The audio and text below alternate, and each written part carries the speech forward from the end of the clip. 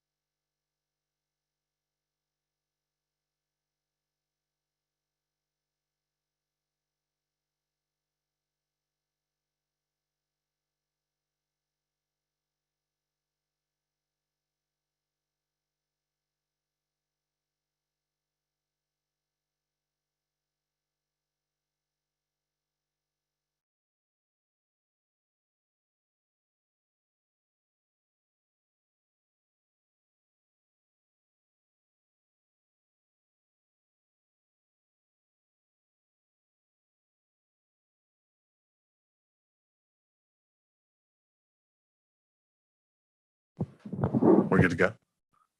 Okay, awesome. Good morning, everybody. My apologies for being late, coming straight from the I Am Home breakfast. So welcome to the Maricopa Regional Continuum of Care Committee meeting. For those around the table, please turn on your microphone when speaking. For those participating via Zoom, please state your name when making a comment or asking a question and mute when you are not speaking. The MAG public comment process allows members of the public to comment on items on today's agenda or on items that fall under MAG's jurisdiction. If you would like to comment at today's meeting, please fill out a white request to speak card located on the information table and give it to MAG staff. If you are in the audience today, please remember to sign in at the information table if you are parked in the garage. Parking validators are available on the information table. If you purchase a transit ticket to come to the meeting, please see staff for a ticket. Hearing assisted devices are available from MAG staff. And before we proceed with the roll call, I would like to welcome our new committee members, Patricia Scott Lopez, Nathan Smith, Christopher Wallace, not Biggie Smalls, and Emily Walsh, as well as returning committee members, Sarah Sims and Jennifer Page. We are very excited to begin and continue working with you all. We will now ask Haley to proceed with a roll call. Please indicate you are here and your organization after Haley calls your name.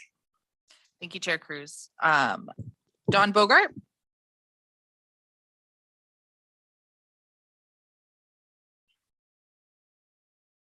Can't hear you, but I can see you, so I'll mark you here. Vanessa Carthel. Present with Arizona Behavioral and Health. Allison Cook Davis. Erin Cowan-Haig. Good morning, Erin Cowan-Haig, Save the Family. Jessica Cruz. Kathy Dinolfi. DC Ernst. Nicole Gibson. Nicole Gibson, present with you, Mom. Anne Marie Johnston. Anne Marie Johnston, present with Community Bridges. Christina Lopez.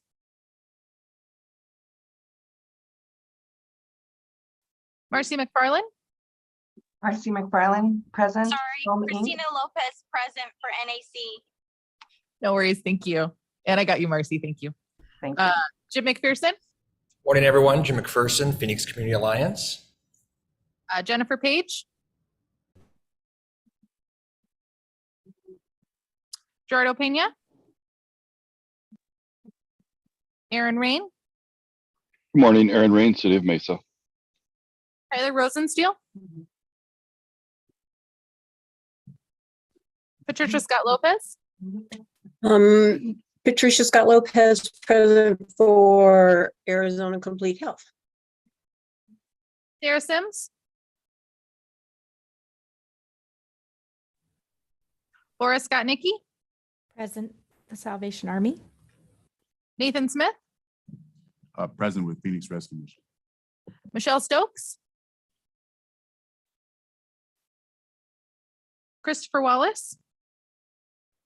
Good morning, present with the Phoenix VA. Emily Walsh.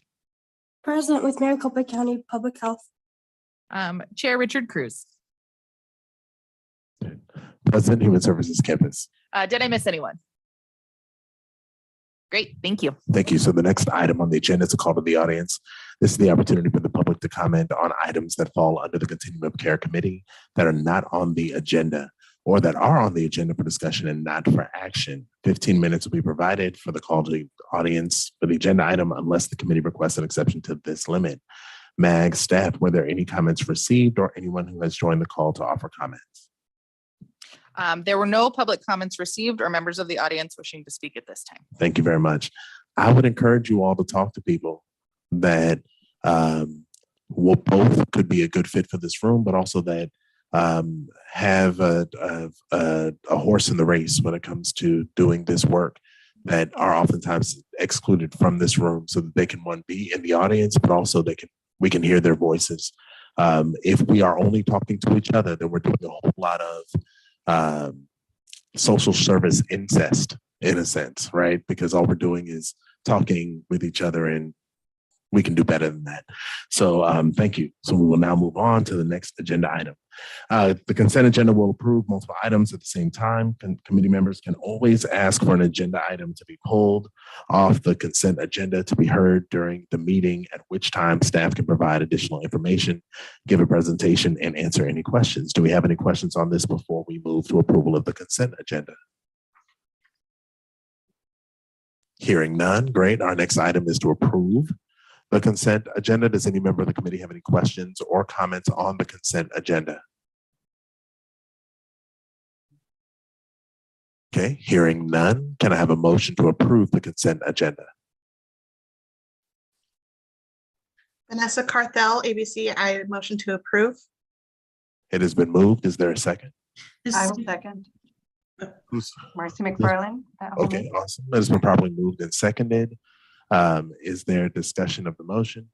Hearing none. For committee members in the room, we will do a voice vote. Those in favor, please say yes. Say yay. Aye. Yay. Yay. Yay. Yeah. Okay. So, okay, hold on. So the way we break this down. So all of you all that said yay, I'm looking forward to seeing you next month, because then you can say yay in person. So we do a voice vote in the room, and then we do a roll call vote on the Zoom. Correct? Right? Okay. So in the room, all those in favor say yay. Yay. Okay. Now, those of you, now we'll do a roll call vote for those on the Zoom. Thank you, Chair. Don Bogart. Did we lose you? Okay. Vanessa Carthel. Yay. Aaron Cowan-Hague. Yay. Kathy Denolfi. Oh, I'm sorry. Nicole Gibson. Yay. Anne Marie Johnson. Yay. Christina Lopez.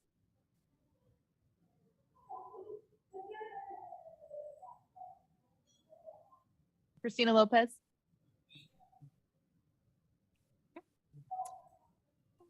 Marcy McFarland. Yay. Yay. Thank you. Jim McPherson. Aye. Aaron Rain. Yay. Patricia Scott Lopez. Yay. Laura Scott Nicky. Yay. Christopher Wallace, Yay. Emily Walsh. Yay. Did I miss anyone? The motion passes. Back Awesome. to you, Motion Chair. passes. I thought I was coming through a little bit booming on my voice. Sorry. So the written updates were included in the packet. Does anyone have any questions or discussion about the update memo?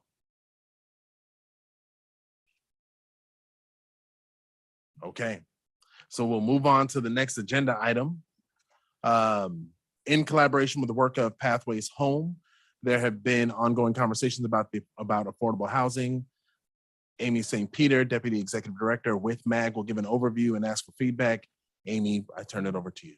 Thank you very much, Chair Cruz, members of the committee, for having me here this morning. Great to see all of you. We've been working together for a long time and appreciate your continued partnership and support. You were an instrumental part of developing Pathways Home, the Regional Homelessness Action Plan. Thank you very much for all of your input throughout that process. That plan was developed on the basis of extensive outreach, and we appreciate your role in making that happen. One of the elements in that plan is the concept of affordable housing. So of course, it's very difficult to talk about reducing homelessness if we aren't increasing affordable housing. We have one activity underway right now directly in relation to that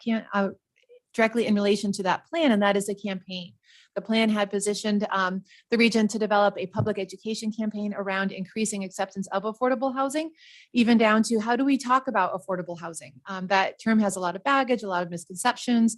It stops conversations sometimes before they really have a chance to really take root. And so we've been working very extensively on developing this campaign all year.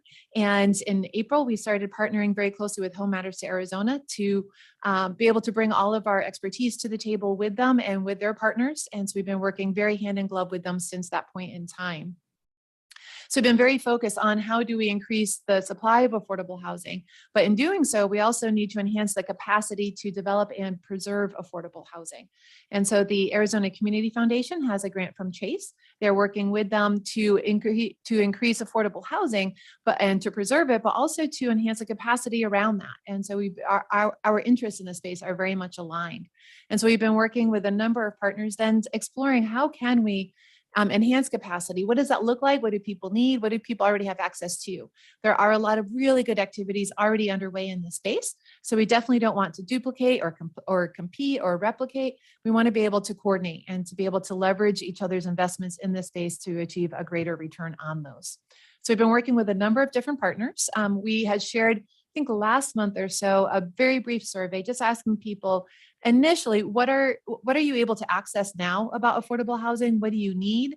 And what kind of format would you like that information in? And so I'm here today to provide a brief update on the results of that survey and to engage you in that conversation in terms of what our activities together can look like in 2023, keeping in mind that this isn't a blank slate or a blank canvas. We're working very intentionally and cooperatively with a number of different partners in the space who already have really great work underway. So we're not starting from scratch on any of this. It's more a matter of integrating and aligning where it really makes sense to do so. So in terms of the survey results, it was interesting. We asked the respondents to let us know what kind of format they'd like to receive this information in. The number one response was a peer learning network. And we have a couple different avenues for that. We're pursuing those now. And so if you'd like to be involved, please do let us know. We'd love to be able to have you at that table. The second one was to have virtual trainings. So we asked about hybrid as well and in person. People said, virtual just works. So fantastic. We will offer virtual trainings. We're planning a quarterly webinar series. Initially right now, our plans include having one focus on promising practices. When we ask people what kinds of topics they'd like to hear about, promising practices and innovative models were number one. People really are just hungry for learning more about what works and how can they adapt and adopt those practices. So we're very excited. The Violet's Health Foundation is working right now on an inventory of promising practices and developing many case studies around that. So we're going to be partnering with them kind of the February-March timeframe. And with each of these trainings, we'll have featured partners. Again, really wanting to support, amplify, lift up what other people are doing really well in this space, and then to look for those opportunities where we can do something better together than we could on our own. So promising practices are one topic. Another topic that's of high interest so far is how do you develop really good relationships between communities and developers? Because each brings sometimes a different set of concerns, a different perspective on those opportunities. Sometimes they're competing, sometimes they're aligned. When they're competing or not aligned, that really can create some friction and result in projects not moving forward. So we want to be able to learn from those partnerships that are working out really well, and then to be able to cultivate partnerships in additional communities with additional partners throughout the region. Funding, of course, is an area of high interest, particularly with affordable housing. It's heavily subsidized, and often heavily subsidized from a number of different sources. And so we're focused on developing a training around funding for affordable housing, keeping in mind and leveraging our own resources as well. MAG is working on a funding filter, which I'm sure that you've heard about, that's being developed for funders, and will help funders to be able to collaborate better in this space. And so we'll be hopefully sharing that, as well as other speakers, other experts on that topic. The other area then are toolkits. So what kinds of toolkits can we bring to bear to help people work more effectively in this space? And again, I know that the Morrison Institute is working on some great information. The Arizona Housing Coalition is as well. Others are developing really good materials. I just spoke with a new partner yesterday about being able to develop kind of a curated experience. So to take people on a guided journey, because like for me, I don't know what I don't know. And so it really helps when people can say, well, what do you want to learn? And by the way, these are the trainings or the resources that can best help you in that space. So really excited about that potential new partnership, and we'll be circling back with you on that as well. And then the third area are online resources. So it's getting back to that guided journey. It's being able to make resources available really broadly to folks. And so while there's pride in the work, there's not necessarily pride in ownership, where we want to keep information for like certain people and keep it away from others. So we want to be able to share this information really broadly. And we're hearing that if we can provide this online, particularly on a website, we're also looking at a learning management system. And so there's multiple ways that we can get this information out and really be able to get more eyes on this, to get more hands really deeply involved in this work. So I want to be able to circle back with you, because you are experts in this space, and to hear any feedback that you might have around topics, challenges, or opportunities that you'd like to see integrated into this work as we move into 2023. Thank you so much, Amy. What questions, comments, thoughts do we have from those of you that are present and online?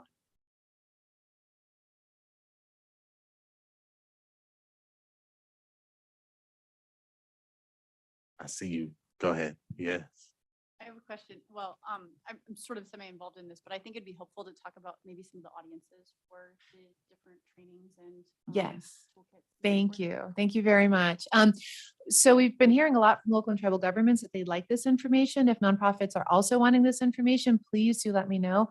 I can think particularly of the example of the developer training, because we have nonprofit developers as well as for-profit, and it might be really interesting and helpful to bring nonprofits into those trainings who might want to either do more in the development of housing, or who might be already doing work in that space but would like to form some new partnerships, acquire some new knowledge. So if there are other ways that that our community partners would like to be involved, please do let me know. We'd love to fully integrate you.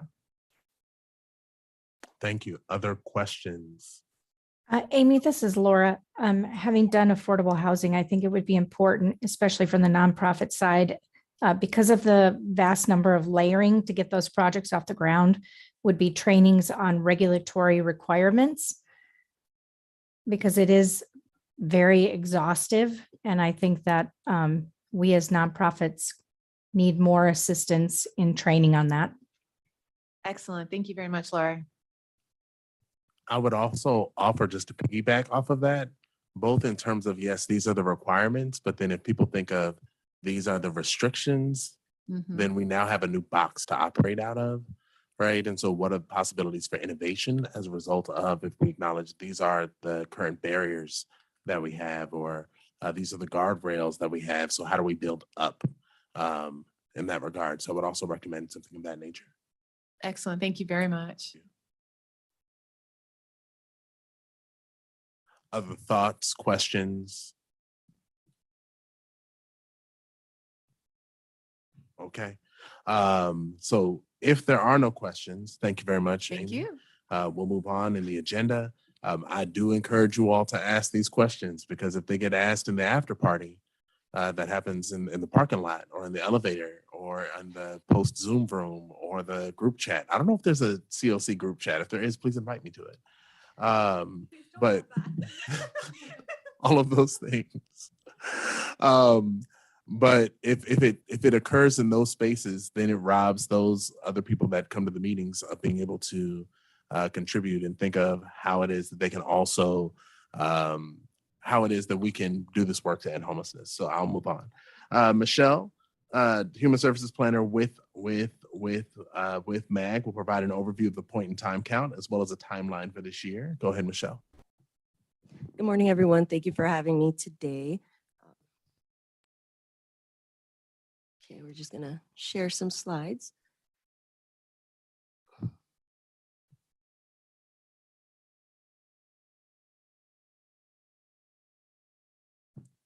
All right. We're really excited for the point in time count this year, 2023. Next slide, please. So our pick count for this year is January 24th. It's on a Tuesday from 6 a.m. to 12 p.m. Next slide, please.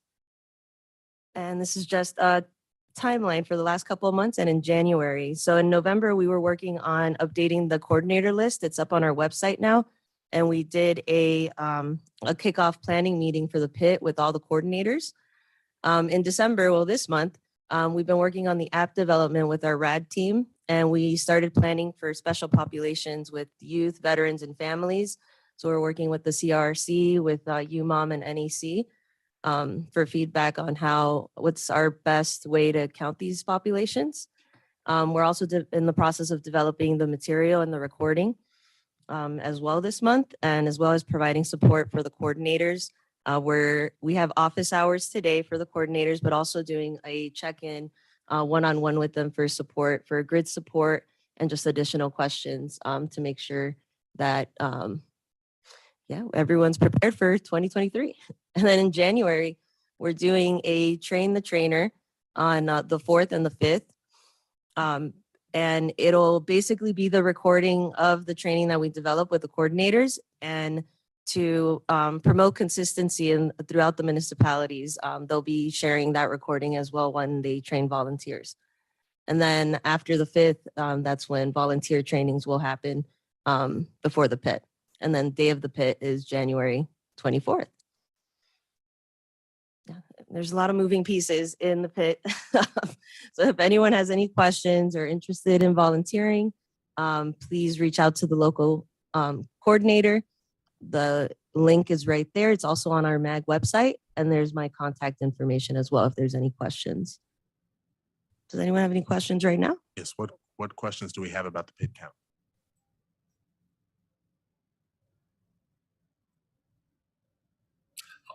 Hi, this is Jim McPherson. I recall a discussion, I think last year, because of the impact of COVID for the last 2 years. The numbers were for previous point in time counts were kind of not skewed, but maybe a little bit different. I was wondering if there's any talk about adjusting or figuring in for that for this year. You're gonna take that. Thanks, Jim. This is Katie. So the biggest thing that we saw actually from COVID is we didn't do a 2021 count, so that we saw the numbers in 2022 were on the same trend line. If we were to back our 2021 into those numbers, we saw essentially a double increase. So 2021 on the same trend line from 2015 to now. I think the one thing that I will caveat is this year we have a Super Bowl coming, if you haven't heard. And so that is why we're hosting it a little bit sooner. Typically we do the last Tuesday of the month. So we're trying to stay as far away from the Super Bowl as possible while still staying in HUD regulations. So we hope that there will not be or changes because of the Super Bowl. The last time we had the Super Bowl here in 2015, we did have a huge impact on our point in time count. And so really trying to more account for that than for our COVID numbers. We are seeing more people than ever before. And Stephanie will touch on the system flow dashboard, and Cleo will touch on the homelessness trends report in upcoming agenda items. So I don't think we're going to be, I would I would say that we're still seeing upward trends in our numbers, and people are feeling that across the county. Thank you. Other questions?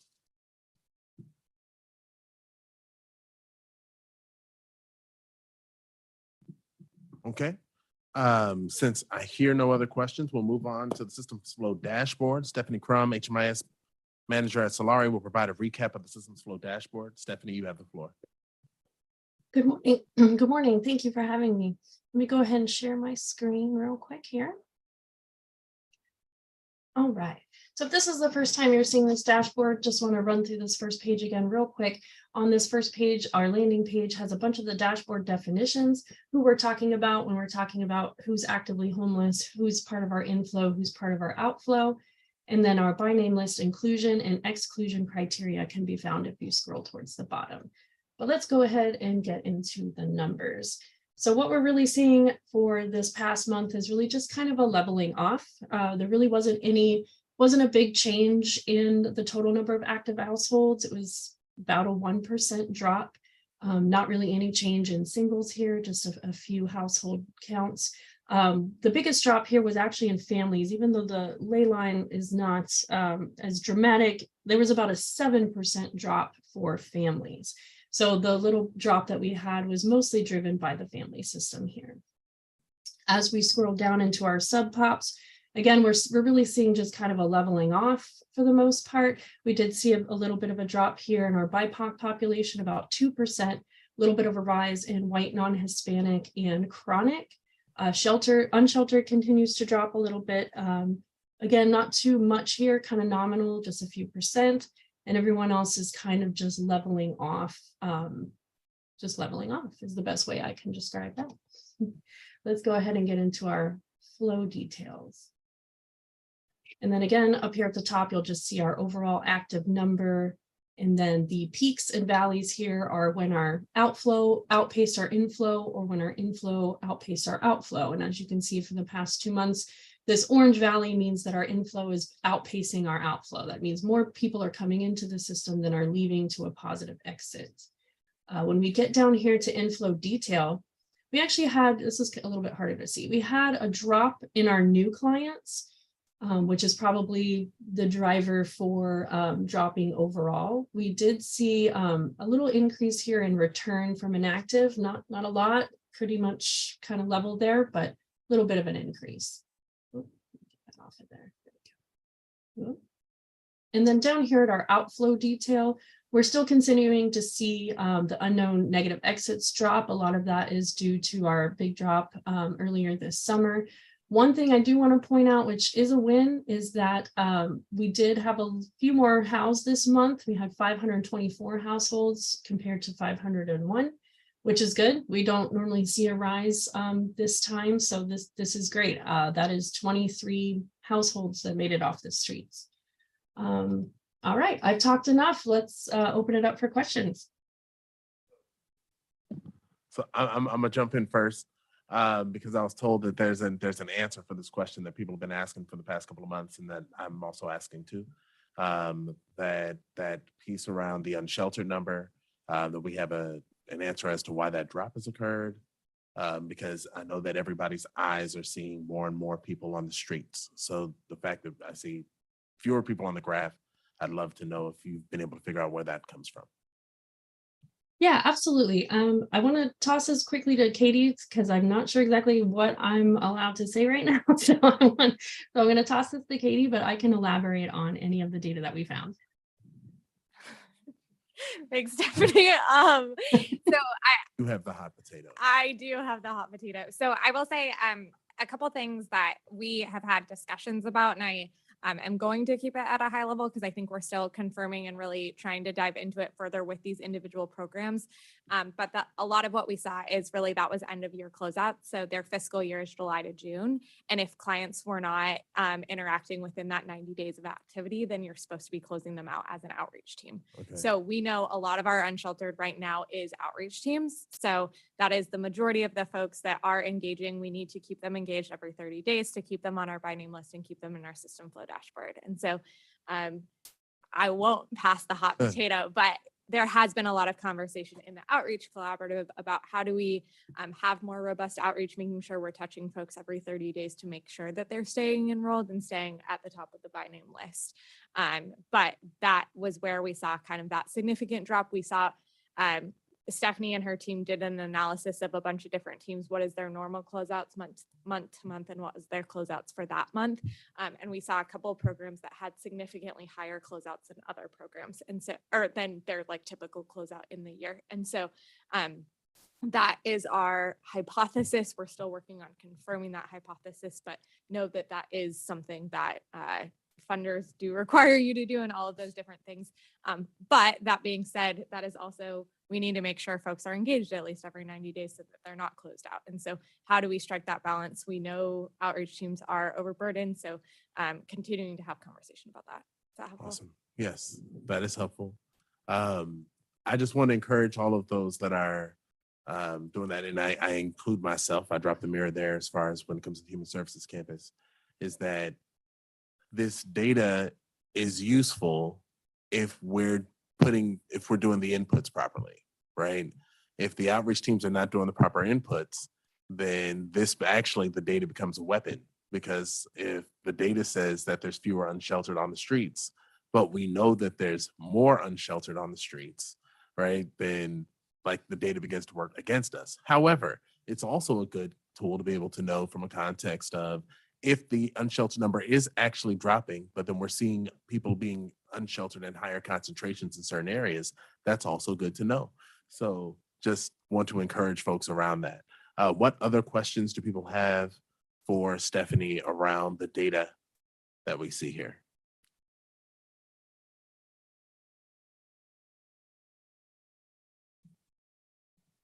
Okay, so since I can't recognize Jiminy Cricket, what I will do though is say this, is that if you have particular questions around how you'd like this data to be analyzed, so that if you want this data presented differently, or if you have different questions around the data, or if there's certain things you want deep dives around when it comes to the data, I would encourage you to contact MAG staff so that they can begin to work with Solari around that, so that we can present this data. But also, like I said, data should be a flashlight as opposed to a hammer. So if data is a flashlight as opposed to a hammer, you all are the ones doing the work and leading the work in different ways, so that you can help us to know where we need to point that flashlight at. So that, like I said, Stephanie comes and she gives us great presentations every single month, but I also want to make sure that you all are getting the information that you need in order for us to do the work that we need to do from this, and be able to have the conversations we need to have to inform strategies and interventions, both at an individual organization level, as well as what we do here. So moving on, we'll go to the quarterly trends report. Cleo Warner, the Human Services Planner with MAG, will provide an overview of the homelessness trends report for Q3. Go ahead, Cleo. Thank you. So what Stephanie just showed us was a look at some more recent numbers. This is a look back at our Q3, so July through September, and sort of a synthesis of those months. This report is on our website, so you can pull it up to look more specifically at the numbers. But basically, this first page shows an overview of our system trends, and you can see the changes in the numbers, which reflect the total number of people, as well as those who are new to the system in those first two graphs we have there. Like I said, you can see the exact numbers when you review the report yourself, but we are seeing, as Stephanie mentioned, with the more recent numbers, this sort of leveling out in our system. I would like to point you to the housing placements at the bottom here. This is a small win for us in this previous quarter. We're seeing an increase in our positive exits from July to September. So a nice little spike there. But as always, that is countered by this small increase also in our new to system that we saw in the last quarter. Moving down to the next page, we're seeing more, this displays some more details on the demographics of our system. We continue to see majority male population as opposed to female. And then we're continuing to see the disproportionate representation of Black and Indigenous folks in our system. Continues on with the majority of our households being in the age group of 25 to 61. So really no major changes here from the previous quarter. Our comparison to Maricopa County at the bottom there is comparison to census data. So you can compare what we're seeing in our system with what we see in the county. Moving down to our subpopulations, I'd like to point out a couple things on this page. First off, with our families, we are seeing a 5% decrease from this time last year, which I would say is a nice win for us. It's nice to see those numbers decreasing. And then moving down to older adults, age 62 plus, we do continue to see these rates at a much higher rate than last year. However, there was a small dip since last quarter, but as you can see, it's increased 27% since this time last year. So something we definitely want to continue monitoring very closely. Moving down to the chronically homeless numbers, definitely it's a leveling out during the quarter. If you could just scroll down just a tiny bit, thank you. You see that line is fairly level, but it remains a much higher jump than where we were last year. Then to our system performance measures. Overall, we are seeing the system continue to trend in the wrong direction. However, this quarter, we are seeing a couple numbers that didn't change or leveling out a little bit, potentially suggesting an overall leveling off in our system, but remains to be seen. Pointing us first to this reduction in length of time homeless, up 8 days to 115 days since the last quarter. So this was a big jump for us. We know that there continues to be work done in figuring out how to get people moved through our system better, particularly around locating housing.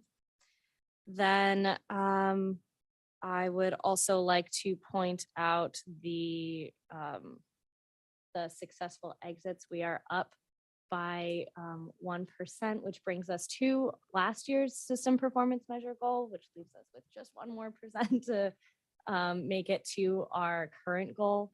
So it's nice to see those numbers at least moving where we would like them to. And then at the bottom of this page, we get a snapshot of clients served by program type. This is just another way to visualize the numbers over time. We have the comparison from this time last year, last quarter, and then what they are now. Keep in mind, these are just a snapshot of one night. And then we got 1 new project this quarter as well, which is, I believe, a rapid rehousing project with CBI. So that was just a quick overview for everyone on this report, but please let me know if you have any questions. Awesome. Thank you so much. So what questions? I have a question. Go ahead. For the 23% increase in emergency shelter, does that correspond with the sort of additional shelter beds that have been created? I'm sorry, could you repeat that question? Sorry. For the increase, the 23% increase. From A little louder, please. The 23%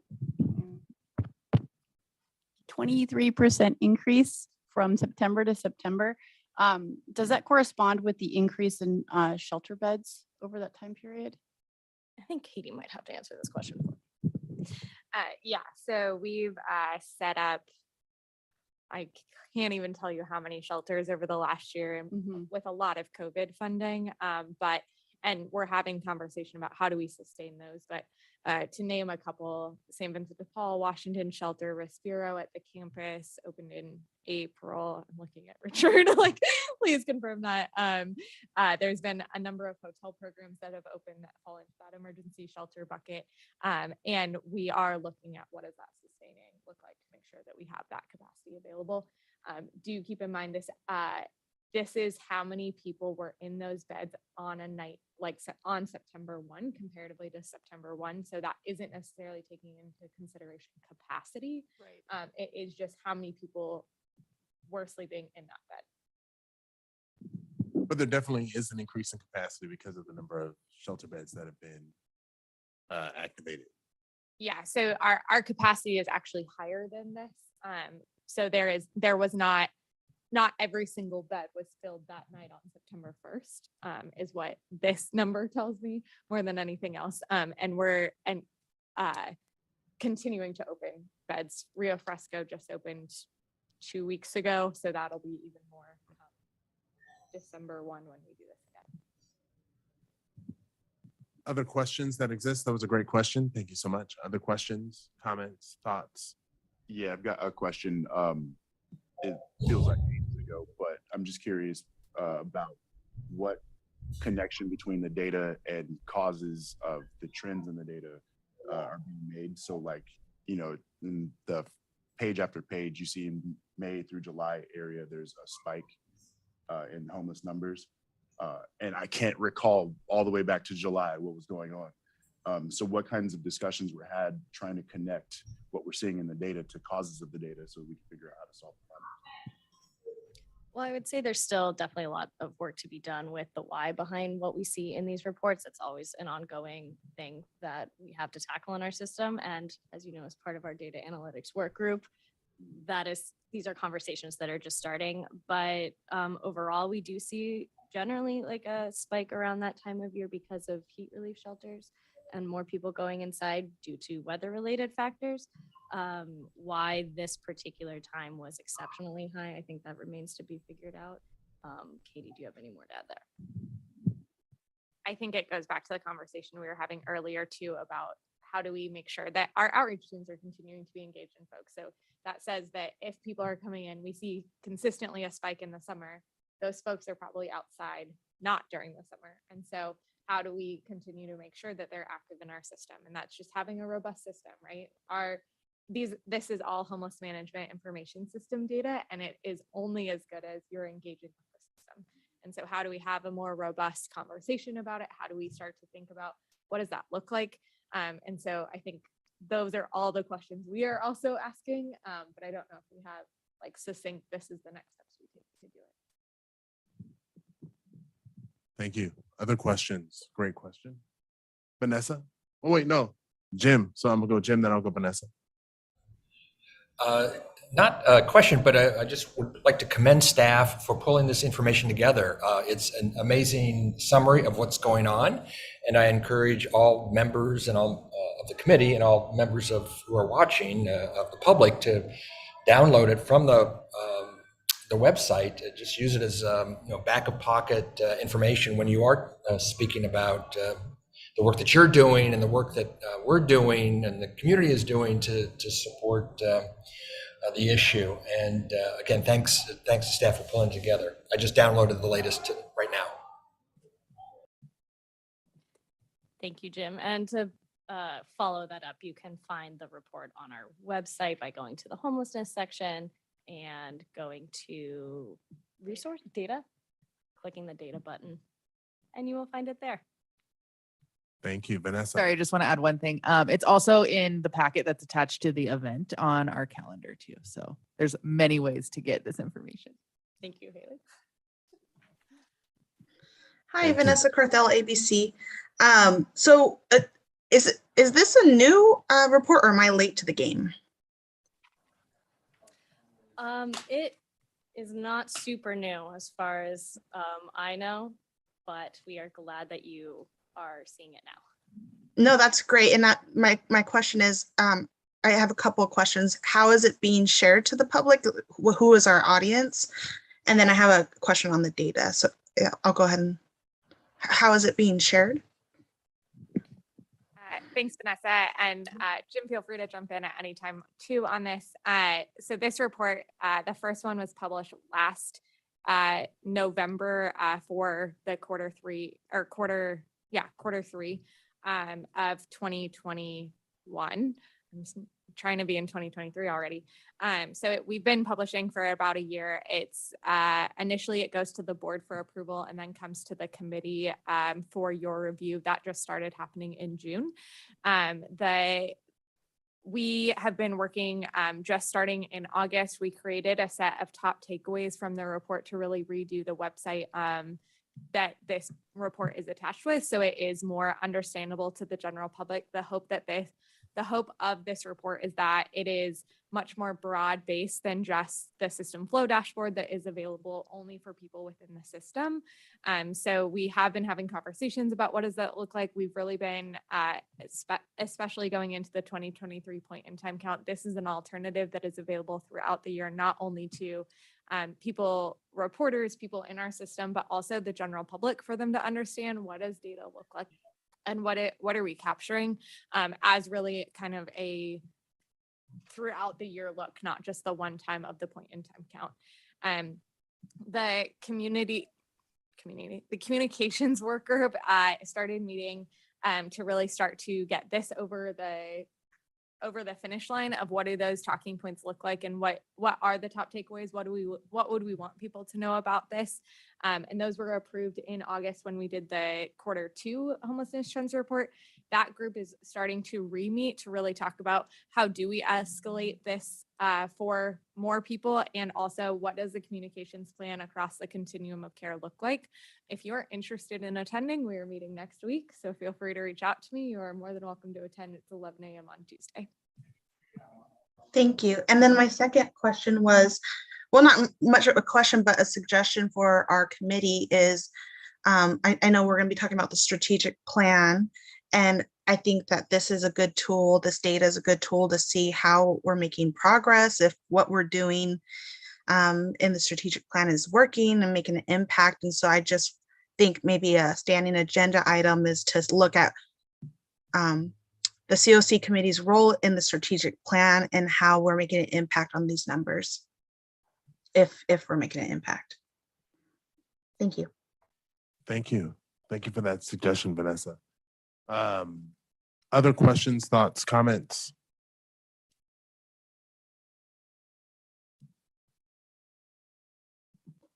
Okay, since I hear none, we'll move.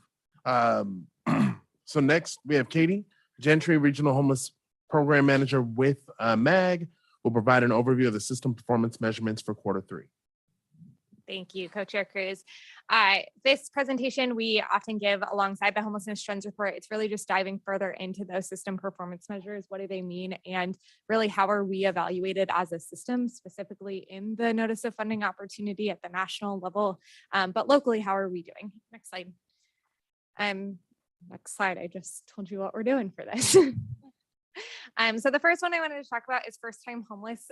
So this metric is really looking at how many people are experiencing homelessness for the first time.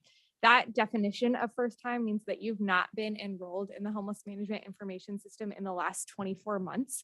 So that will be, you have not touched our system at all. This number is a 12-month rolling number. So when you see Q3 2022, that's looking at October 1 of 2021 through September 30th, 2022. Our system performance measures do roll on that 12-month basis of October 1 to September 30th. So that 2021 system performance measure is going to be the previous year. And then we look at this on a quarterly basis. That's how we pull our system performance measures locally. So that Q4 2021 is just going to be 3 months later. It'll be January 1 through December 31 of 2021. Question. Yeah. So is the 2021 system performance metric of 11,402, would that be the equivalent where we were Q3 2021? Like for those previous 12 months? Like, because I'm looking at like the year over year because of understanding like the rolling piece of that. Like if we always have a spike from Q2 to Q3, then I shouldn't be like taken aback by that. But if the number was, okay. I'm nodding my head yes to the folks online. Okay. Yeah, so the 2021 system performance measure, that Q3 2022 is going to be our 2022. Okay. There may be some changes with data cleanup and things like that, but that will be this spike you're seeing is more folks than ever before coming into our system, specifically over the summer that we saw. Okay. Thank you. All right, next slide. So another point that we look at is length of time homeless. This is going to be folks who are coming into emergency shelter, safe haven, or transitional housing. And this is the average amount of days that they stay in that intervention. Our 2021 system performance measure was 102. We're seeing that increase. Our goal is to be decreasing, so we're moving in the wrong direction. Our average is at 115 days right now. We know the housing market does have some impacts on that, but in addition, we're just not moving people through through our system fast enough. So that I'll go to the next slide. Feel free to jump in at any time. Returns within 1 year. So these are going to be the people who exited from any intervention and their destination was a permanent housing destination. So they said, I was in emergency shelter and I was exiting to permanently living with family and friends. And then at some point in the future, they came back into our system, whether that was emergency shelter, transitional housing, or safe haven. We are keeping pretty consistent with this. One of the data analytics and policy recommendation work group is currently looking at this to figure out how do we better this number in our system. Some of it is data entry, but a lot of it is we do have folks coming back into our system. And so how do we identify that folks are going to come back into the system and then make those changes accordingly? We are trending in the right directions, not quite to the place that we would like to be at that 13% goal. Next slide. Jobs and income growth. So this is looking at how many people are increasing their income, whether that is employment income or non-employment income, really making sure that we have folks able to be on their own, especially when that rapid rehousing intervention ends. We are, as you can see, trending in the wrong direction. Our goal is to increase this, and we've seen quite a bit of drop off over the last few months. So still looking into why is that happening. I don't have a ton of answers for you, but I'm seeing a pretty sharp decline over the last 2 quarters. Next slide. Successful exits to permanent housing destination. And then I will go into the next slide, which is very similar. This is going to be folks who are in emergency shelter, rapid or transitional housing, safe havens, or rapid rehousing, and they are moving into a permanent destination. So really making sure that we get folks back into that secure housing and staying in that secure housing. We've seen a slight decline over the past few quarters. Again, we know the housing market has some influence over that, especially our increases in rents, but we need to make sure folks are stabilized. Our goal is to increase by 5%. Obviously, we're not going in that direction. Next slide. This is a little bit different metric. I know the slide doesn't look that much different, but it's really making sure that folks who are in permanent housing are either retaining that permanent housing or moving to permanent housing. So folks that would be captured in this is somebody who's in a permanent supportive housing unit and then either stay there or move into paying their rent on their own or moving into a public housing authority voucher or things like that. So making sure that folks are really staying in that intervention that we put them in. As Cleo mentioned, we did just see that uptick from last quarter. So we're balancing out from our 98% in Q1, and now we're at 97%. So not quite hitting that goal, but staying consistent to where we were last year. Next slide.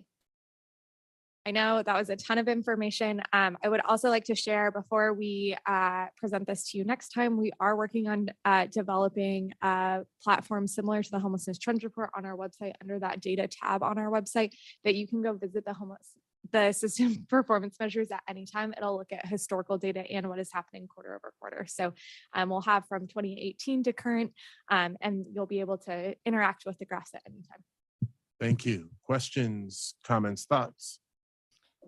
Katie, it's Laura. I just had a quick question just to refresh my memory on the income growth. That is just earned income, not SNAP, food stamps, anything that's non-cash related, correct?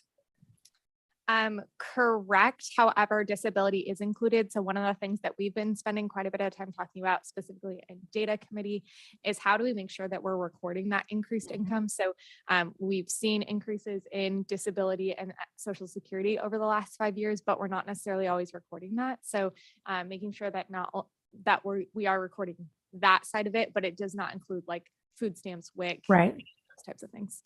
Okay, thank you. Katie, you mentioned that people aren't moving through the system fast enough. And I know that there's some like macro social factors that are involved in that. And then there's data integrity issues, but insofar as you're able to separate those things out, what are maybe some of the reasons why people aren't moving fast enough? I'm looking at Michelle from our team. This is something that the chronic work group is specifically looking at, is folks who have stayed in shelter 215 plus days and they're moving to the 98 plus days, but we just have more folks staying in shelter longer. I think it's less data quality issues and more, we're just having a hard time getting folks ready to move stably on. We are seeing some subpopulations more impacted by this than others. And so that is having a huge influence. And then the other thing I would say is it's average number of days. So before, when we had a number of folks who would touch our system and leave, that would move our average down. And now we just have people actually in shelter longer, even if they're only in shelter 30 days.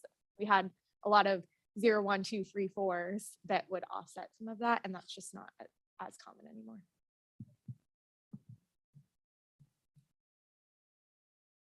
Thank you. Are there other questions? That was good. That was good. Thank you. Okay. So moving on, the Arizona State University Action Nexus has been working on shared housing as a potential solution to house more individuals. Amber Myberger, program coordinator for the Shared Housing Initiative, will now present on the program. Amber, you have the floor. Thank you. Hi, everyone. Thank you for having me. I am the program coordinator for the Shared Housing Initiative. And so I am here just to provide information on shared housing and then update you all with where we are at with shared housing within Maricopa County. So I was brought on about 3 months ago, so things are still pretty fresh, but wheels are turning. So just if you can go to the next slide, please. What is shared housing? So it's when 2 or more unrelated tenants live together, each having their own room and sharing common living space. Shared housing is common within the private sector, and so it makes sense to bring it to the public housing sector.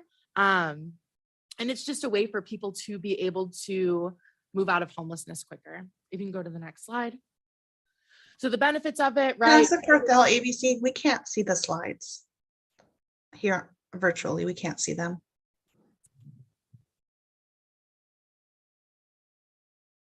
Thank you.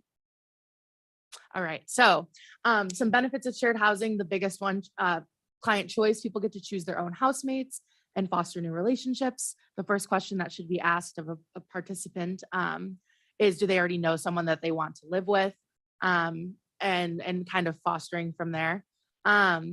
People are able to find more affordable housing options quicker, choose better neighborhoods that otherwise they may not be able to afford, finding better quality housing with more living space, and then some of the more important ones, decreasing isolation, developing support networks, especially within the home, decreasing individual household responsibilities by splitting up housework, choosing to live in shared housing temporarily or long-term, and then developing and growing confidence surrounding safety and security within the home. If you can go to the next slide. So shared housing is rooted in 4 things, I would say. Housing first, client choice, harm reduction, and motivational interviewing.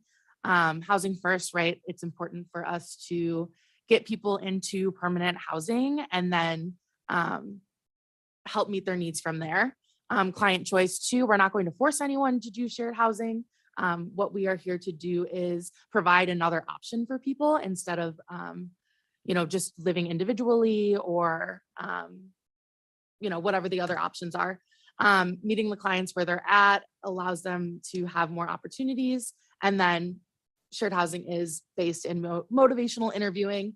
So it's really about empowering the clients and wanting, helping them understand what is best for them, while also,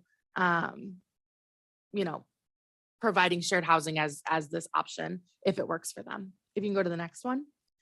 So the client messaging of it, it's all in the framing. The way that shared housing works is introducing it to the participant once those conversations start to happen about a housing plan. And so client might not choose shared housing at the beginning. And so if they, decide, no, it's not for me, okay, that's fine, but kind of continuing to reassess. And then reality testing, because they think right now, because of course, as we all know, the market, the market is inaffordable. And so it is making it so that people are having a more difficult time getting housing. And so reality testing, what could you achieve if you were housed sooner? What does your life look like now compared to where you want it to be? And then how can we best support your quickest path out of homelessness? If you can go to the next slide. Clarifying misconceptions. I think there's a lot of misunderstandings surrounding shared housing. Everyone has their own bedroom, no shared bedrooms. That's the way that things are going to be in our shared housing initiative. Things might change as the system changes, but that's what we're looking at right now. Everyone has their own lease. So we are working with Home Inc. and they're doing a lot of the landlord engagement. Well, they're doing all the landlord engagement and getting landlords on board. So there's a lot of like risk mitigation and support that the landlords have in order to bifurcate the leases. So it can look different. Maybe it could be one person with a voucher, a person with a fixed income, maybe someone who gets their income from a job, and a person with a voucher. Because they have their own leases, there's a lot of flexibility. And we already do have shared housing units available on Pad Mission. And then of course, shared housing lasts only as long as the lease lasts. If a person's like, hey, I'm only going to do this for a year until I, get myself back on my feet and then I'm going to, go live on my own. Perfect. It's a really good transitional space if that's what people want, but they might grow to love it. And then wherever possible, emphasize the ability to identify their own shared housemates, lifting existing relationships and community connections.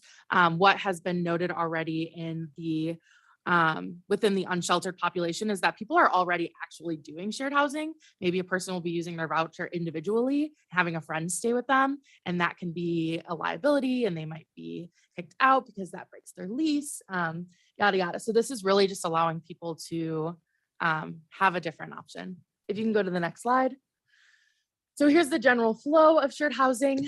What I have been doing is working on connecting with different housing providers and getting them educated and supported and trained in shared housing and how to provide it. I'm also willing to be a 24/7, well, like maybe not 24/7, but I know, right? Someone's calling me at midnight, but I'm willing to be, that person will walk a person through it. And so the way it works, introducing it to a client during their initial conversation, completing the housemate pairing questionnaire. I have all of this information as well that I can provide for everyone. The housemate questionnaire touches base on just some different aspects of living that could be non-negotiables for people, substance use, pets, kids, things like that. From there, once the housemate pairing questionnaire is completed, they can, depending on what the agency wants, they can either send it to me and we can create a match from there, or if they're like, hey, we've got 2 people that we know will be good, we've got the match already, we kind of can skip that step. There will be hopefully the facilitation of matching events, meet and greets, deal breaker conversations will be very huge. Once a pair is finalized and they have those deal breaker conversations and they determine like this is going to be a good fit, a housemate agreement is developed. And so that really goes over like utilities, rules, boundaries, expectations, conflict resolution, all of that. And then from there, the housing search begins. Like I said, we've already got shared housing units in Pad Mission in the drop-down box where you can pick which type of voucher you can use. There's also an option for shared housing. And so from there, then the lease is signed, and then there's continued support and education surrounding conflict resolution for the case managers. And for the clients, if you can go to the next slide, I think that's it. So does anyone have any questions? Wonderful presentation. What questions do we have? I have a question. How many people do you have in the shared housing program so far? 0.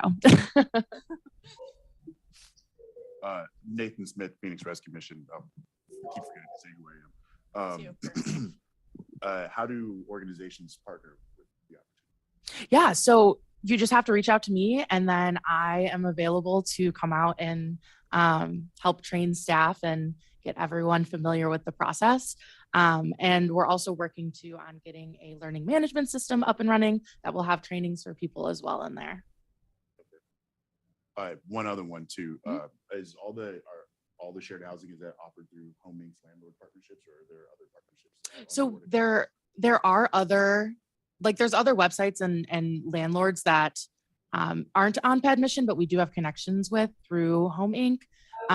But where things, I think the best way to like go about it is looking in PAD mission, but if we're working together, then we would be able to find other units. Of course. Other questions from those that are in Zoom land, or if there are other questions in the room? It's really great information. Hi, Amber. This is Jim. A quick question. Is this just, and thank you for all the work that you're doing on this. Is it strictly within the boundaries of Maricopa County, or maybe a little bit outside the region? Yeah, so right now it's just within Maricopa County, but the goal is hopefully for it to spread statewide, since it is really like a systems change. Thank you. Hi, Amber. Christina Lopez with NAC. I have a question. In regards to this, I know there's been talks about shared housing for quite some time. And I just wondered what type of wraparound services will be offered to the individuals who decide to do shared housing. And you talked about like when they're ready to move on and they don't want to maybe sign another lease with their roommate. What type of like transition plan do you guys have in place to replace the roommate in a way if like the other individual isn't ready to live solely? Yeah, so in regards to wraparound services, that would be dependent on which program the person is participating in. So we're not, since shared housing isn't a specific program, it's more of like an initiative and an alternative way to house people. People will still just continue to use the services within the program that they're a part of. And then, can you repeat your second question? I'm sorry. Oh, I just wondered like the transition plan to replace roommates. So like if somebody decided, you know, like you were saying, after a year, they wanted to move out and move on their own, what sort of fallback would the landlord be given for somebody vacating a shared housing? Yeah, so if one person decides to leave the lease and then another person is still in their lease, our goal is to get them paired up with someone else from within the system. And like I said, we have those housemate pairing questionnaires. And so hopefully every person who has an interest in doing shared housing will start filling those out. And so then we'll kind of have a pool of people. And then we can, you know, if we were in that instance where someone left a lease, then we would just pair them up with someone new. Amber, just Thank you. In the meantime, Mhm. just to ensure that, you know, this person doesn't lose their housing while you're trying to match with someone, how is the other part of the lease paid for? Yeah, so like I said, Home Inc. does a lot of risk mitigation. So I believe they cover maybe like a month or maybe month or two of rent while we help find the person another roommate. There's also a lot of like if there are any damages or things like that, that Home Inc. Is able to like cover for them. Yeah. Yes. Yeah. Yeah. Chloe. What plans do you have for outreaching to individual agencies and organizations, or what work have you already done with like going to our housing programs and saying this is an option you have? Yeah, so a couple of things. I've been a part of some work groups, the MAG work group specifically.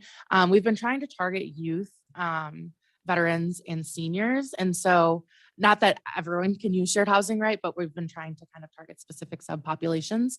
And so going to those provider meetings, getting connected with people, been able to get into a couple of agencies and get people trained and, you know, provide them with my information to support them through it. I think the biggest thing too is just meeting new people, getting introduced to new people, and then from there, helping them get educated on it within their specific programs. I think shared housing is going to look different for every program. And so that's why I kind of I'm taking a more individualistic approach, just so that I can, you know, we can determine together what is best for their agency. Vanessa Carthel, ABC Housing. Are we targeting people who are in rapid rehousing programs or self-resolving? If so, let me just ask that question. Is that who we're targeting? So right now, the plan, So right now what we're doing is addressing like specific subpopulations. So like providers who work with youth, providers that work with veterans, and providers that work with seniors. I think that we're going to kind of make this shift though towards these people who are in the transitional space already so that they can, you know, make a quicker move into shared housing.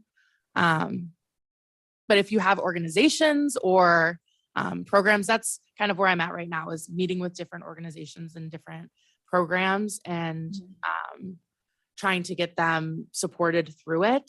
And so that's kind of where I've been having Okay.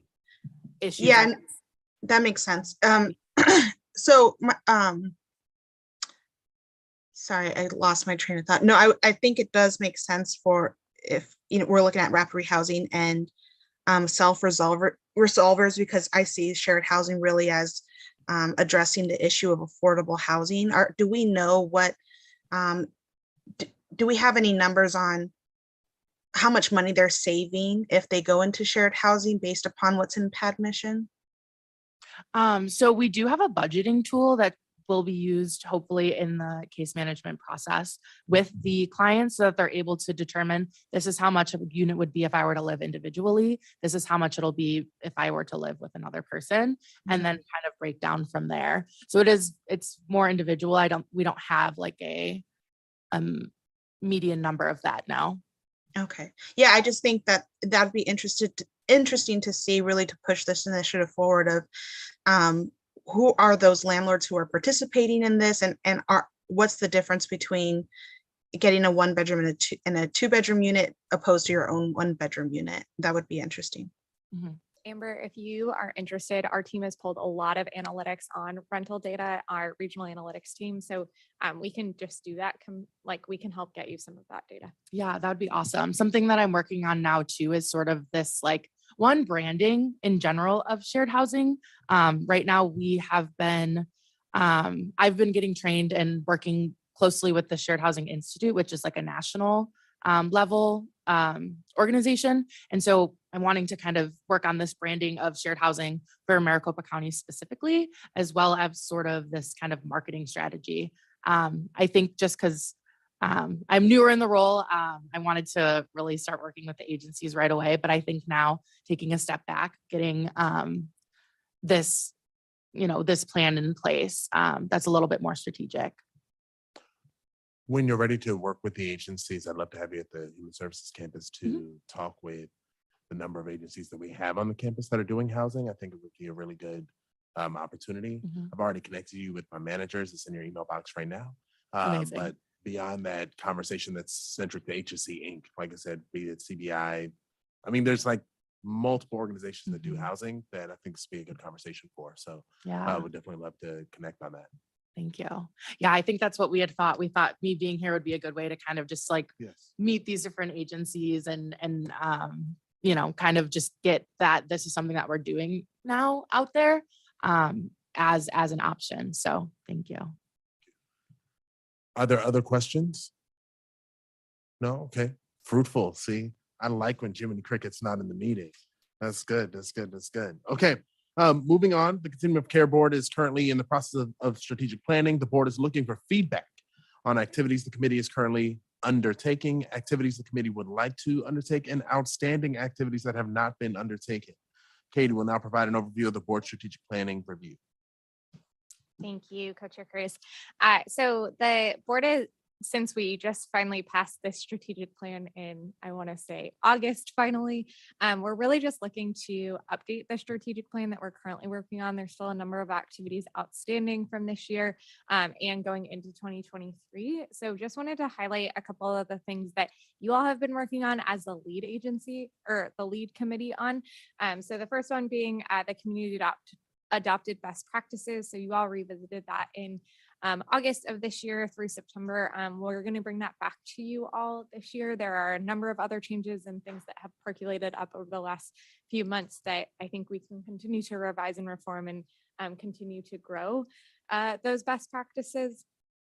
The next thing I want to touch on is your work group that's focused on other systems of care, including higher levels of care. The hope of that is that we would reduce returns to homelessness because people are getting back connected with the systems of care that make sense, whether that is Arizona long-term care system or education, or making sure that the homeless response system is not the immediate place people go back to, but rather really getting connected to community supports. And so Haley's been working on that with a number of you all. I know we're looking to reconvene that in February, so looking at just a longer timeline on that.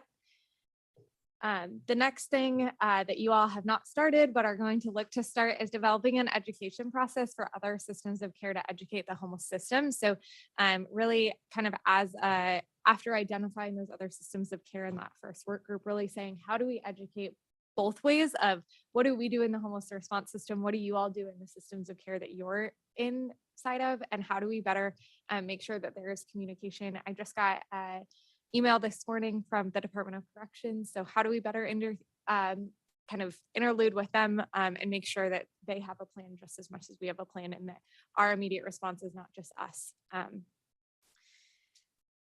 The last thing that you all have on that was kind of like deemed to you is reviewing metrics used for monitoring and evaluating agencies, and then reviewing the NOFO scorecard and providing feedback and changes for improvement.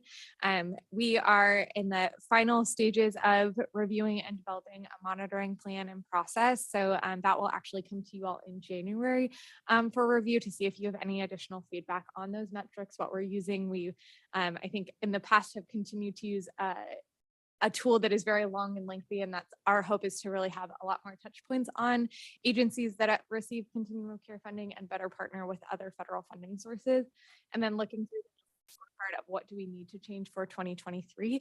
And those meetings will begin in January and February to have feedback sessions and then come to you all in March. You'll see an email about that by the end of this week. Our team is meeting internally to talk about what does that scheduling look like more than anything else, to be able to get feedback from you all as to what you want changed, if you're going to compete for the NOFO, and then any updates that are needed to make it more streamlined and more tangible as a new agency who has not applied in the past. That's a lot of the feedback that we got this year with the supplemental NOFO. I will pause. Our board strategic plan is on our website under the continuum of care.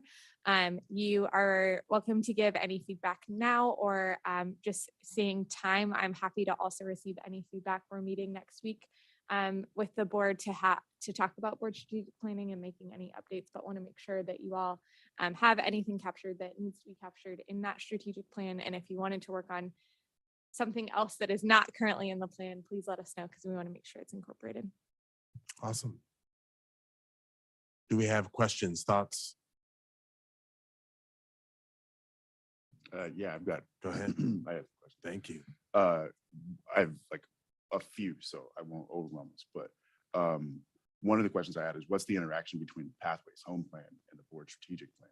Because just in preparing for this, I'm looking through the Pathways plan thinking, oh, there's some action steps that have our name on it. But then there's the board plan too. And so, yeah, just curious, how do they interact with each other? Yeah, thanks, Nathan. A lot of the activities that are in Pathways Home are incorporated into the board strategic plan and assigned to certain committees. I will say realistically, the Pathways Home Plan is for local and tribal governments to carry forward, not necessarily the continuum of care. So the local jurisdiction committee is really shouldering the majority of that plan, along with MAG's management committee and MAG regional council. But there are some activities that do fall on to the continuum of care and continuum of care committees, such as the coordinated entry evaluation or the homeless management information system evaluation. So I'm happy to provide additional updates if that is helpful to the committee. We do provide an update on Pathways Home to the board on a quarterly basis. So if you all are interested in having that update, we're happy to provide that too, and just finding the time on your calendar that it makes sense. Is that yes? Yeah, no, that's very helpful. Thank you. And then one other question.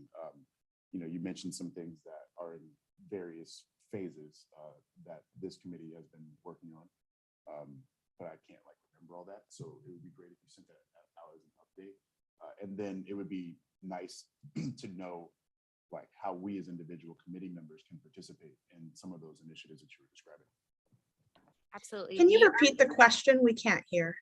Yeah, the question was, we're all in various stages of the committee or of the board strategic plan. And so it would be helpful to have that in a written format to make sure that folks know where we're at with every single stage of the board strategic plan. And then the second piece of the question was how, as individual committee members, can we get involved with some of these steps that the committee is responsible for? We are creating a document for the board next week during their board strategic plan that will identify the stage of every single action in this committee. So, or in this strategic plan, not just things that were responsible for the committee. I think I just highlighted committee responsibilities. So we're happy to send that out to the committee and some of our other committees as well. And it'll also be on our website after next week. And then your second question about involvement, reach out to Haley. She will be your best point of contact if you want to get involved in any of the different activities that are happening. Awesome. Other questions? From Zoom, any other questions? Okay, so this, the last piece on our agenda, request for future agenda items. Do committee members have any action or discussion items for future meetings?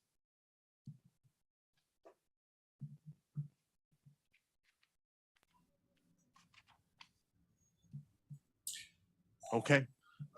Oh, I gotta say Jim. something. Yeah, go ahead. So I'm gonna go Zoom and then I'll go to Nick.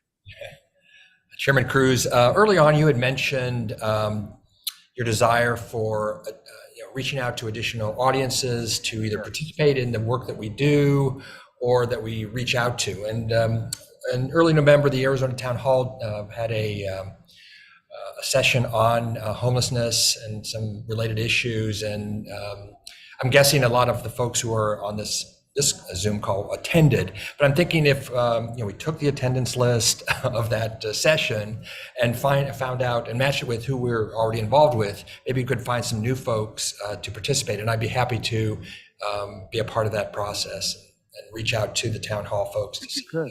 Yeah, I think that'd be great. I think it'd be great. Thank you. Thank you for that, Jim. You bet.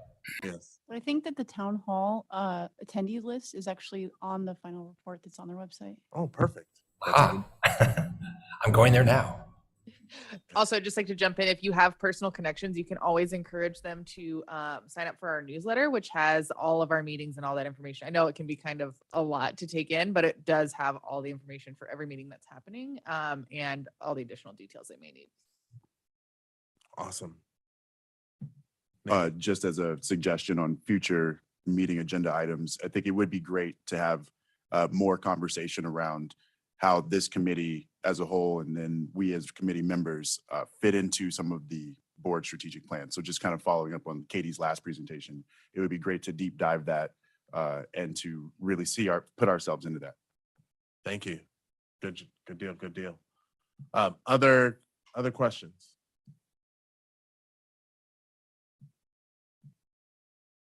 Okay, so if not, we'll now go to the comments from the committee.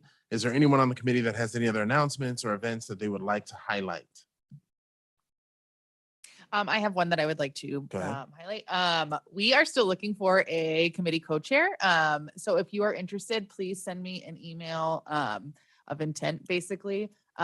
We would love for Richard to have somebody to hang around with. So please let me know if you're interested. This is also open to any of our new members as well. So anybody who's interested, just let me know, please. Or if you have questions, want to know about the responsibilities, I'm happy to talk to you through that. And I will just volunteer that Richard will also be happy to tell you about his experience and how that's been. Yes. Thank you. Awesome. Other announcements, things that people want to share? Okay, so for those of you that get it, or those of you who don't, the transient death list came out for the month. The number is 1,185 for 11 months. That number exceeds the number of individuals that have passed away while experiencing homelessness in the last 2 years. In each of the last 2 years, when the number was 557 and the number was 551, we were alarmed. And so that number for 11 months is like those numbers combined and some. So the work is much. I appreciate each and every one of you in terms of the work that we're doing, because like we are the ones that are at the helm.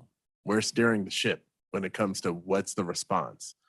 And so I put those numbers in this room because I think they need to be in this room, because that's really the work that we're doing to try to, so that that's not the result. And Lord knows how high that number would be if we weren't doing the work that we're currently doing. So please don't take that as a damnation on anyone in the room around the work that we're doing. But we have to be able to know, like, this is that time. You've heard me say it meeting and meeting over again, that this is the 12 to 18 months we will look back on 10 years from now and say we either did this and we made a great impact and we stemmed the flow of homelessness, or it's the 12 to 18 months that we became Los Angeles County, that we became King County in Seattle, that we became San Francisco, that we became all these places that sometimes people get up and say, at least we're not LA yet. So, but that yet doesn't have to occur. So I just wanted to put that number in the space for everybody to ruminate on, and not to be a downer, but it is also our reality. Lastly, on an up note, I would like to take a moment to recognize DC Ernst, who is terming off the committee today. We would like to thank her for her service as a committee member and acknowledge all of her hard work on and off of the committee. We wish you nothing but the best in all of your future work and all of your future endeavors as you continue to make impact. I want to open the floor to any committee members who would like to add well wishes for DC.